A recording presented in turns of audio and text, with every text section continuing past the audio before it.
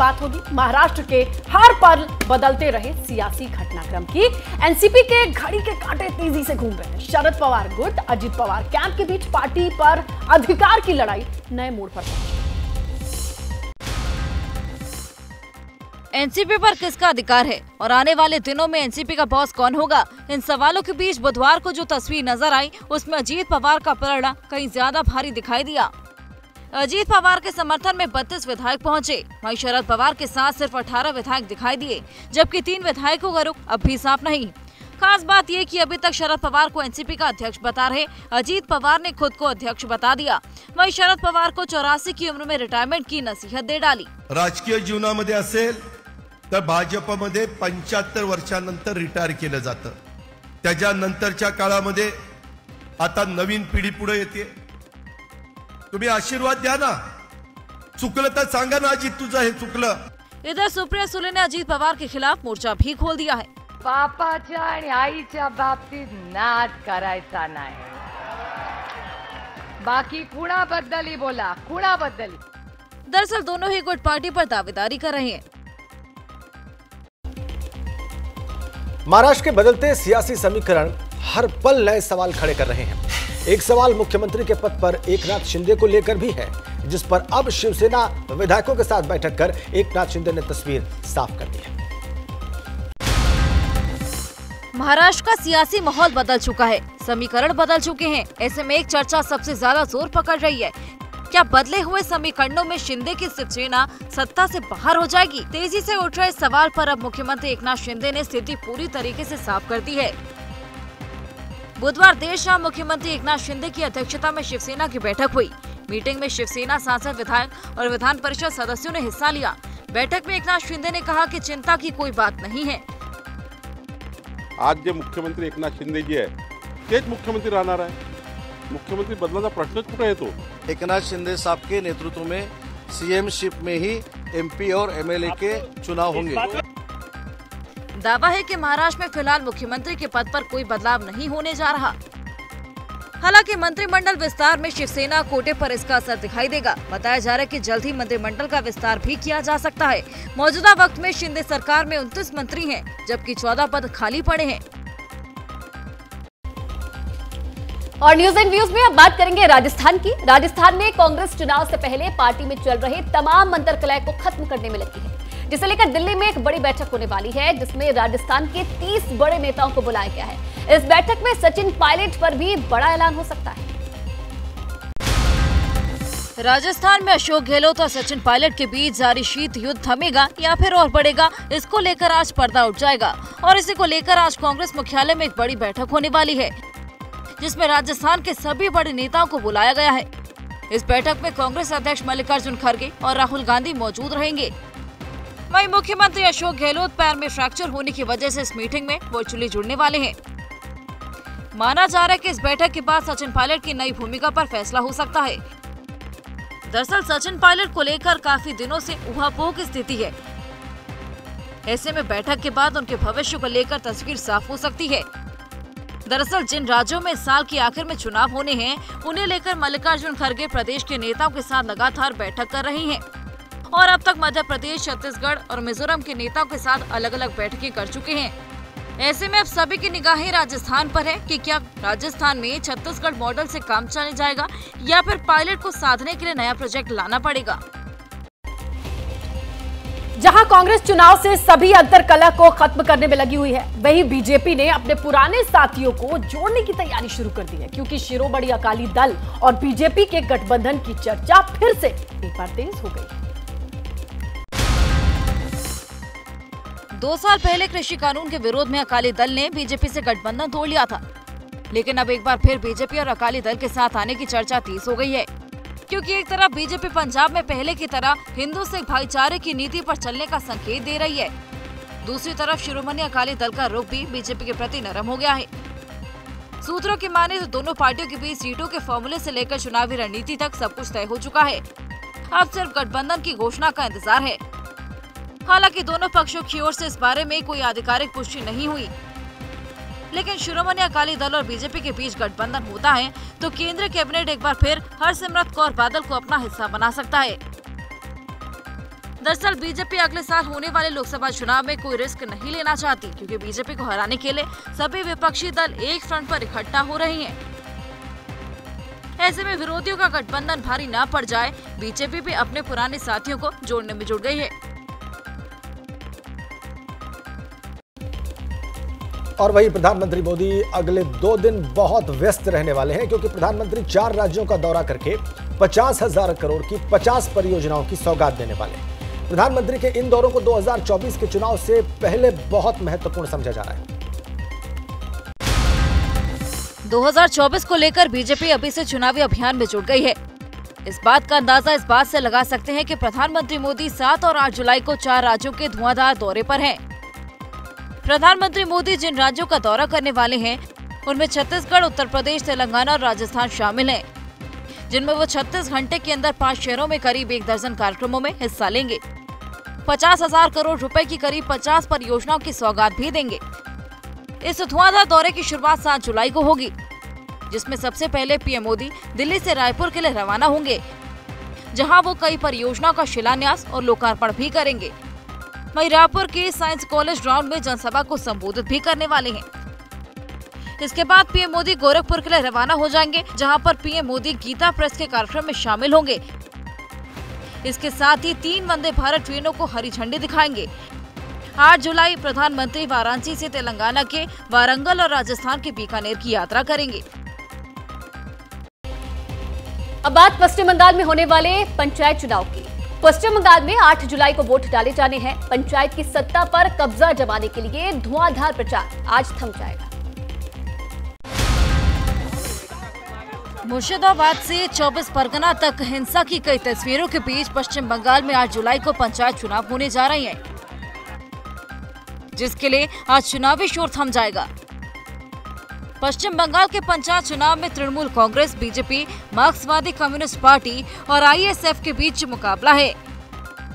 कई सीटों पर कांग्रेस भी दावेदारी ठोक रही है। इधर चुनाव प्रचार के दौरान लगातार हिंसा की खबरें सामने आ रही हैं। चुनाव प्रचार में अब तक 16 लोगों की मौत की खबर है। सोमवार को उत्तर 24 परगना के हरवा में बम बनाते वक्त विस्फोट होने से एक युवक की मौत हो गई थी, जबकि 2 अप्रैल को मुर्शिदाबाद में कांग्रेस और टीएमसी कार्यकर्ताओं में हिंसक झड़प हुई थी। मुर्शिदाबाद जिले से पुलिस ने बड़ी संख्या में हथियार बरामद किए हैं। कुल मिलाकर कहें तो पश्चिम बंगाल में जो हालात दिख रहे हैं, निष्पक्ष चुनाव कराना सुरक्षा एजेंसियों के लिए बड़ी चुनौती है। और देखिए, उधर राहुल गांधी ने मणिपुर दौरे का एक वीडियो सोशल मीडिया पर शेयर किया है और बीजेपी पर जमकर निशाना साधा है, जिससे मणिपुर हिंसा को लेकर राजनीति एक बार फिर गर्म हो गई है। मणिपुर में ना हिंसा थम रही है ना सियासत, क्योंकि राहुल गांधी ने फिर एक बार मणिपुर को लेकर सियासी सरगर्मी बढ़ा दी। राहुल गांधी ने अपने मणिपुर दौरे का एक वीडियो शेयर किया, जिसमें उन्होंने बीजेपी पर जमकर निशाना साधा। राहुल गांधी ने मणिपुर दौरे का वीडियो शेयर करते हुए लिखा कि मणिपुर में हालात ठीक करने के लिए शांति ही एकमात्र रास्ता है। वहीं एक ट्वीट कांग्रेस महासचिव जयराम रमेश ने बीजेपी को घेरते हुए किया, जिसमें जयराम रमेश ने लिखा कि प्रधानमंत्री को भारतीय फुटबॉल टीम को उनकी शानदार जीत के लिए बधाई देने का समय मिला, लेकिन वो मणिपुर पर चुप रहे। मणिपुर में जब से हिंसा भड़की है, तब से कांग्रेस बीजेपी के खिलाफ मोर्चा खोले हुए है। हाल ही में राहुल गांधी जो दिन के दौरे पर मणिपुर गए थे, जहां राहुल ने दंगा पीड़ित लोगों से मुलाकात की थी, लेकिन अब राहुल के इस वीडियो ने राजनीति को गरमा दिया है। दरअसल मणिपुर में 3 मई से कुकी और मैतेई समुदाय के बीच जातीय हिंसा जारी है, जिससे आम लोगों की जिंदगी दहशत में कट रही है। आइए आगे बढ़ते हैं। मध्य प्रदेश के सीधी की शर्मसार करने वाली तस्वीर पर जारी सियासत की बात करते हैं। आज शिवराज सिंह पीड़ित और उनके परिजनों से मिलेंगे और वहीं कांग्रेस ने एक डेलीगेशन सीधी भेजा है। सीधे से आई इस तस्वीर पर इंसानियत शर्मसार है, सियासत में तकरार है, आरोपी के बीजेपी से कनेक्शन पर लड़ाई आर पार है। ये घटना आदिवासी अस्मिता पर प्रहार है। ये घटना टांटिया मामा और बिरसा मुंडा जैसे महापुरुषों का अपमान है, क्योंकि आरोपी का कनेक्शन बीजेपी से है और मुद्दा आदिवासी अपमान का है। नतीजा बीजेपी डैमेज कंट्रोल में जुट गई है, तो कांग्रेस की कोशिश सियासी माइलेज लेने की है। ऐसे में आज मुख्यमंत्री शिवराज सिंह पीड़ित और उसके परिवार से मुलाकात करेंगे। ये मुलाकात मुख्यमंत्री आवास पर होगी। मुलाकात की जानकारी मुख्यमंत्री शिवराज सिंह के ट्विटर हैंडल से दी गई। उधर सीधी की घटना को लेकर कांग्रेस ने बीजेपी को घेरने की तैयारी शुरू कर दी है। कांग्रेस ने 4 सदस्यीय प्रतिनिधिमंडल को सीधी भेजा है, जो तथ्यों की पड़ताल करेगा। और इसी बीच कांग्रेस ने राज्यपाल से भी मिलने का समय मांगा है। यानी कि सीधी की घटना पर अब कांग्रेस और बीजेपी आमने सामने है। सियासी रस्साकशी को इसी साल होने वाले विधानसभा चुनाव से भी जोड़कर देखे जाने लगा है।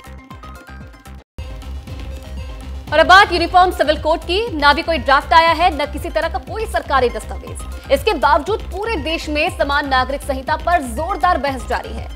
इस बीच all India Muslim personal law board ने यूसीसी के खिलाफ बॉयकॉट वाली मुहिम छेड़ दी है और बाकायदा इससे लेकर एक लेटर भी जारी कर दिया है।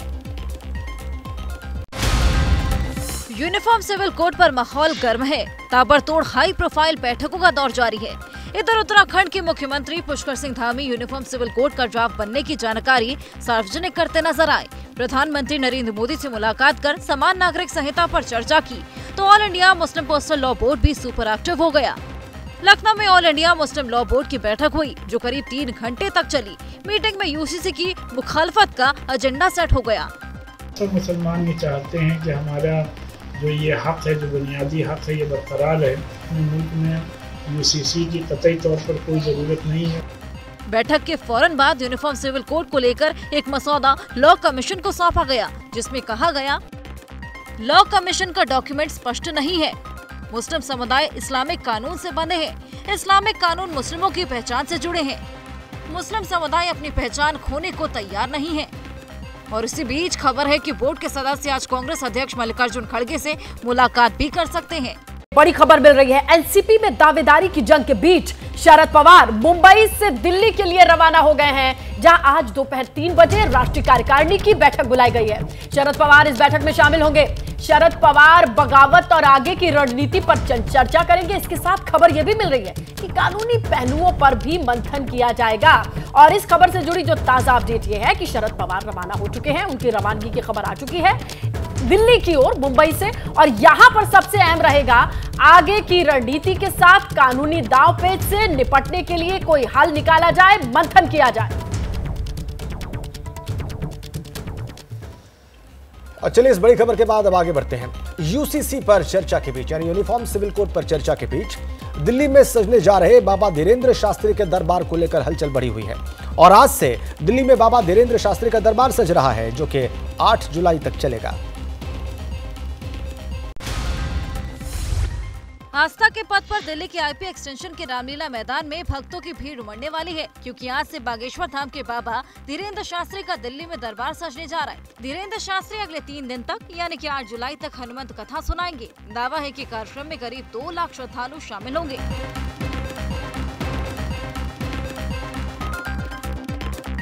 कार्यक्रम की शुरुआत बुधवार को कलश यात्रा से की गई। हालांकि कलश यात्रा में बाबा धीरेन्द्र शास्त्री मौजूद नहीं रहे। आज बाबा धीरेन्द्र शास्त्री कार्यक्रम में शामिल होंगे और दूर दूर से पहुंचे भक्तों को हनुमंत कथा सुनाएंगे। तो वहीं 7 जुलाई को दिव्य दरबार का आयोजन होगा।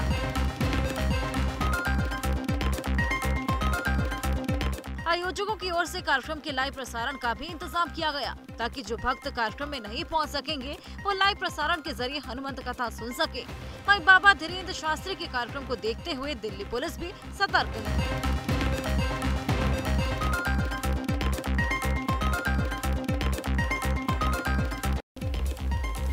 और अब बात बाढ़ और बारिश की। महाराष्ट्र के बादल कयामत बरसा रहे हैं। बुधवार को मुंबई के चुनाभट्टी इलाके में जमीन धंसने से 8 से 10 गाड़ियां मलबे में दब गई। तस्वीरें डराने वाली हैं। ये पानी के तबाही वाले टीजर की सबसे नई तस्वीर है, जो कि मुंबई के चुनाभट्टी इलाके से सामने आई, जहां एक कार सड़क पर खड़ी थी, अचानक जमीन धंस गई और नीचे जा गिरी। तस्वीर एक बार फिर देखिए।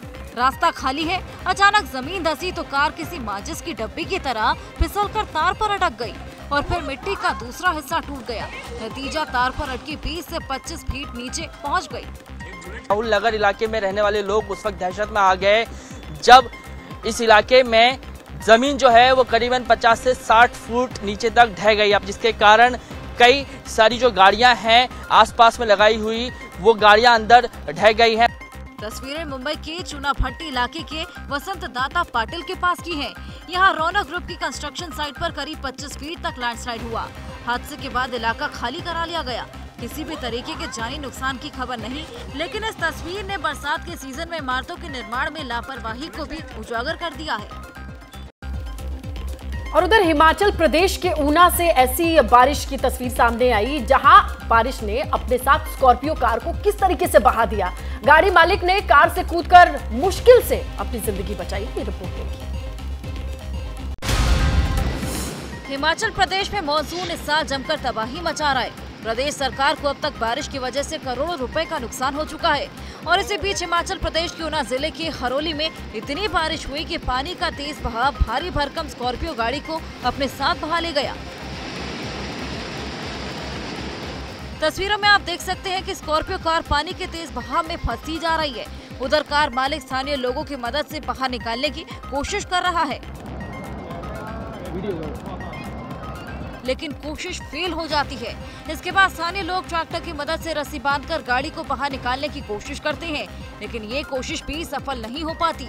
और फिर वहां मौजूद सभी लोगों की टेंशन और भी बढ़ने लगती है, क्योंकि देखते ही देखते भारी भरकम स्कॉर्पियो कार पानी के तेज बहाव में बह जाती है। हालांकि राहत की बात यही रही कि कार के बहने से पहले कार मालिक छलांग लगाकर अपनी जान बचा लेता है।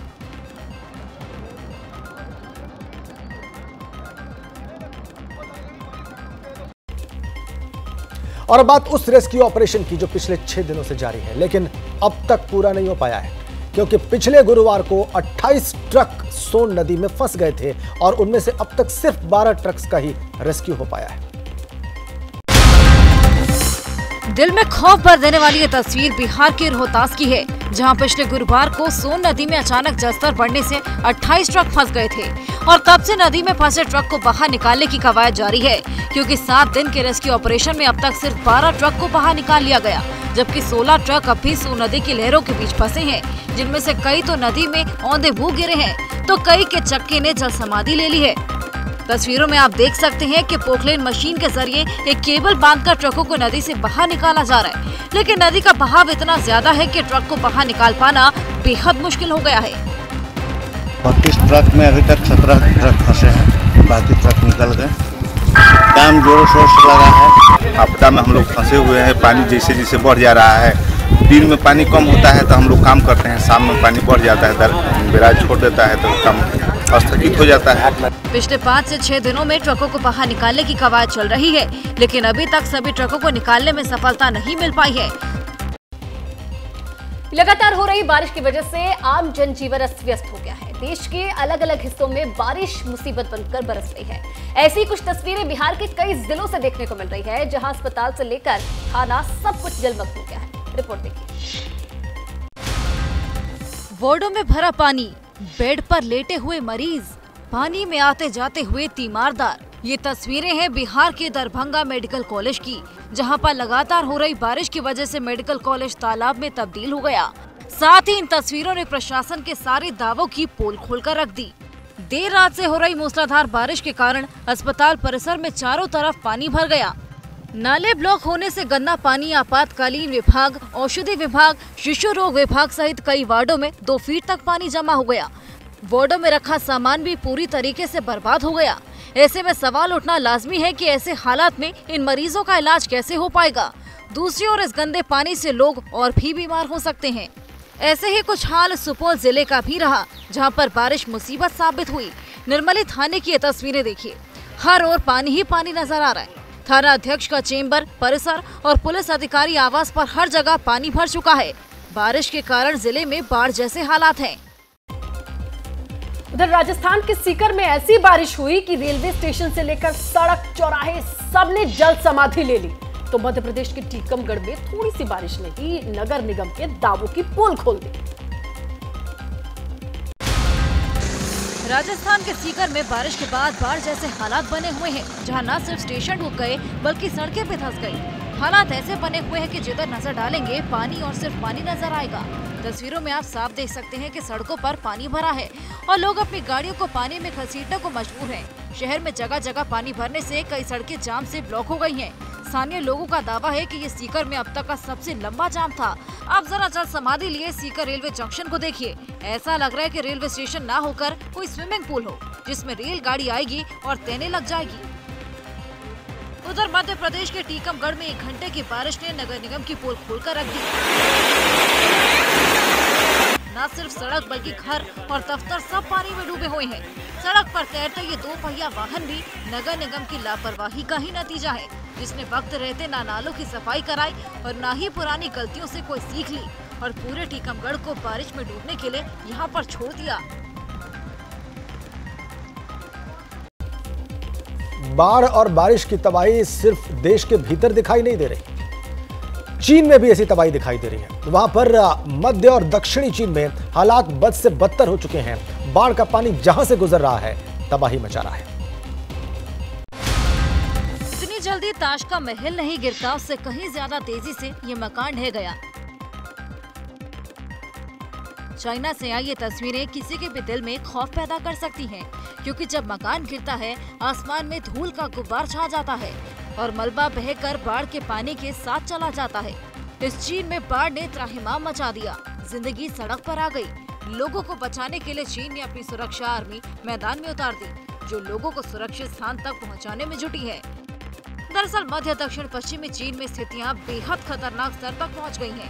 नदियाँ उफान पर है, जिनका रौद्र रूप देखकर लग रहा है कि वो अपने साथ सब कुछ बहा कर ले जाना चाहती हैं, क्योंकि बाढ़ का पानी जहाँ जहाँ से गुजर रहा है अपने पीछे बर्बादी के निशान छोड़ता चला जा रहा है। अब जरा शहर के बीच बहती इस नदी को देखिए, जिसकी लहरों में फंसी कार खुद को बचाने की जंग लड़ रही है। एक अनुमान के मुताबिक बाढ़ और बारिश ने चीनी अर्थव्यवस्था की कमर तोड़कर रख दी है।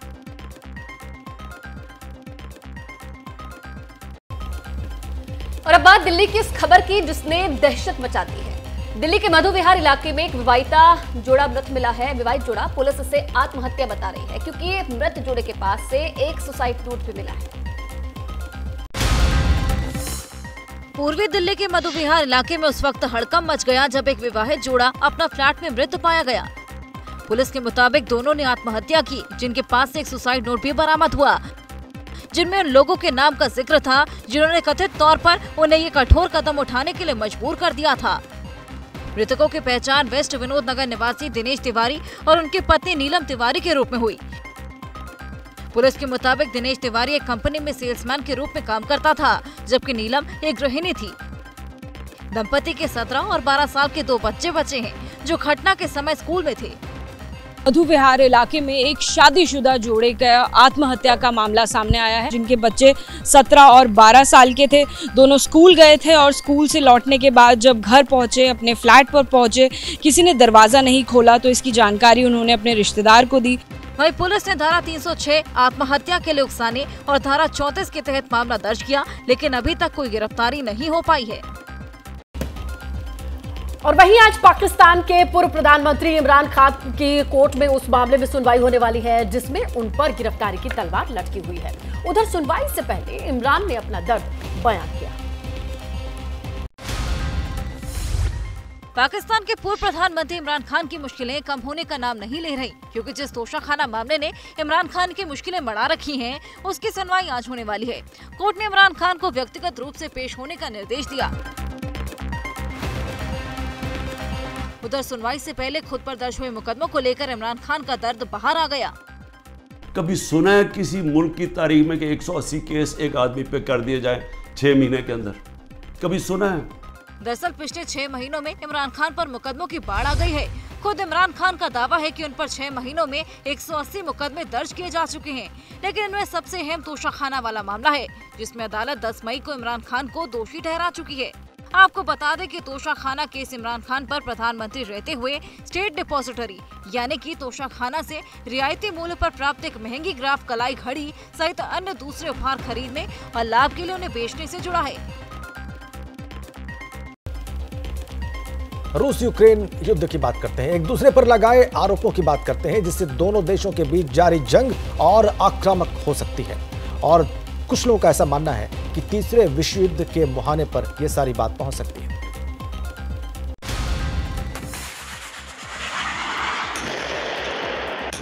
रूस और यूक्रेन के बीच जारी जंग एक बार फिर से आक्रामक होती नजर आ रही है, क्योंकि रूस और यूक्रेन ने एक दूसरे पर दुनिया के सबसे बड़े परमाणु संयंत्र पर हमले का आरोप लगाया है।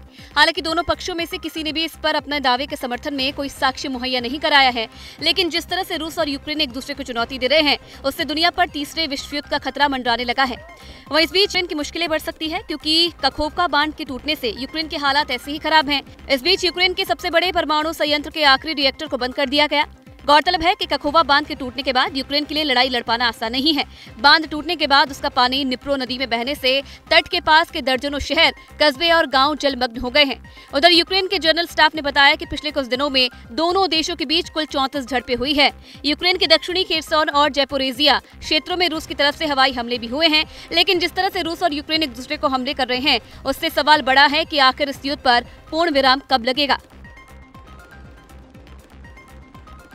इस वक्त बड़ी खबर मिल रही है दिल्ली से। रोहिणी इलाके में पुलिस और बदमाश के बीच मुठभेड़ की खबर है। एनकाउंटर में कामिल उर्फ नाहिद को गोली लगी है, पैर में गोली लगी है और उसके बाद उसे अस्पताल भर्ती कराया गया है, जहां उसका इलाज चल रहा है। आपको बताएं, जामा मस्जिद के डबल मर्डर का ये आरोपी है और इससे एनकाउंटर हुआ। एनकाउंटर के बाद इसके पैर में गोली लगी है और फिलहाल अस्पताल में भर्ती है। नाहिद नाम है इसका, कामिल उर्फ नाहिद। रोहिणी में एनकाउंटर हुआ है पुलिस और बदमाशों में, और बदमाश नाहिद को गोली लगी है, पैर में गोली लगी है और उसके बाद उसको हॉस्पिटलाइज कराया गया है और वहां पर उसका ट्रीटमेंट चल रहा है। जामा मस्जिद में डबल मर्डर का आरोपी है नाहिद। मुठभेड़ के बाद पैर में उसकी गोली लगी है, उसका इलाज चल रहा है अस्पताल में। रोहिणी में, दिल्ली के रोहिणी में यह मुठभेड़ हुई है पुलिस और बदमाशों के बीच में। रोहिणी इलाके में एनकाउंटर और मौके की तस्वीरें भी आप देख रहे हैं, जहां पुलिस और बदमाशों के बीच एनकाउंटर हुआ, मुठभेड़ हुआ। उसके बाद एक बदमाश पैर में गोली लगने से घायल हो गया है। नाहिद इसका नाम बताया जा रहा है। जामा मस्जिद में डबल मर्डर का आरोपी है नाहिद, जिसके पैर में गोली लगी है एनकाउंटर में।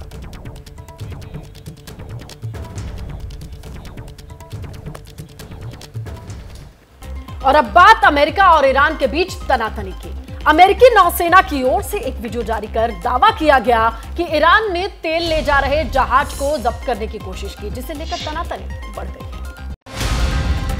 फारस की खाड़ी में एक बार फिर ईरान और अमेरिका आमने सामने हैं। दरअसल अमेरिकी नौसेना की ओर से एक वीडियो जारी कर दावा किया गया कि ईरान की ओर से हरमुज स्ट्रेट से गुजर रहे वाणिज्यिक जहाज को रोकने की कोशिश की गई। अमेरिका की ओर से कहा गया कि ईरान की ओर से जहाज पर लदे टैंकर को जब्त करने की कोशिश थी। इस दौरान ईरान की ओर से वाणिज्यिक जहाज पर गोलियां भी चलाई गईं। अमेरिकी नौसेना की ओर से कहा गया कि जैसे ही उसका जहाज हमले वाली जगह पर पहुंचा तो ईरान का जहाज वहां से चला गया और इस घटना ने अमेरिका और ईरान के बीच तनातनी को बढ़ा दिया है। बताया जा रहा है कि जिस वक्त जहाज को ईरान की ओर से निशाना बनाया गया, वो अमेरिकी नौसेना के बड़े ओमान के तट से 32 किलोमीटर दूर था। ईरान की ओर से किए गए हमले में वाणिज्यिक जहाज रिचमंड वोयाजर को कोई नुकसान नहीं हुआ, लेकिन इस घटना ने फारस की खाड़ी से गुजरने वाले जहाजों को अलर्ट कर दिया है।